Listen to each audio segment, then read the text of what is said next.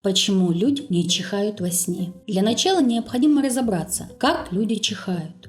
Мозг принимает информацию о раздражении, передает сигнал на мускулы груди наполнить легкие воздухом, закрывает отверстия в глотке и дает сигнал на выдох. Воздух в итоге выходит взрывом через носоглотку. Во сне чихнуть не получится, потому что проблема наступает на самом первом этапе. Мозг принимает сигнал о раздражениях, но из-за того, что нервная система работает в подавленном спящем режиме, ничего сделать с этим не может, кроме как разбудить хозяина, если раздражение достаточно сильное. И то, чихнуть сразу после подъема не получится. Нервная система еще не войдет в рабочий режим.